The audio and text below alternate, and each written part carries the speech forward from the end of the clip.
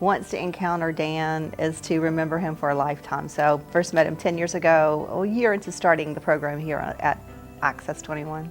We worked more closely on the chocolate box, and that was in, I think, the late 2007, 2008, until he passed.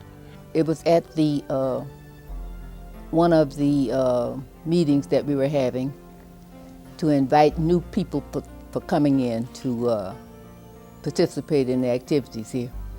You know, and it was kind of cool because he kind of took me under his wing. He showed me a little bit about, you know, television studio lighting.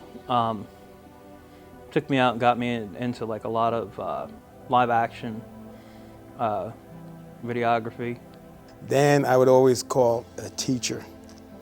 Number one, he had a good way about talking to you, didn't talk down to you, and told you what he expected from you, and even taught you how to do it, because one of my favorite zooming techniques was taught by Dan, and I teach that to other people. Dan is that type of guy that would want to take it, and if there were any errors, he would volunteer to take it and edit it in post to make it right. So he brought that same level of, if my name is associated with it, I want it done right. Just the value of his time. He had so much experience. He helped so many people start their shows and, you know, go on with their shows for so many years here at Access 21. And he really believed in our show and made tremendous changes and made our show much better with the changes of the lighting and the editing. I have approached him about doing some editing for me, which I needed very badly. And although he was in the midst of grief, a family grief, he said, "Yes, Edith, I'll do it for you." What made Dan a good volunteer and a good director was he had a direct passion about what he was doing, no matter what the show was. I think he was somewhat of a teacher, and that he would kind of take people along who didn't quite meet a certain proficiency level, but working with Dan, that increased their level. He felt like he was helping you. I could feel that he was eager to share his experience and knowledge with us, and I appreciate that was very important to me to get my shows out and my production ready. I probably wouldn't have gotten into film as much as I did if it wasn't for him. Dan was a legend here. He was a legend for a lot of people.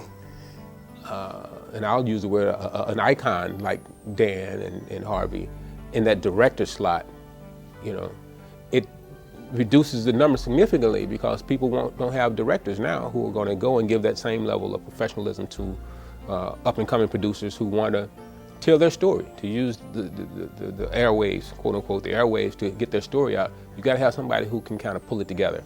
And Harvey and Dan were two pillars here at Public Access.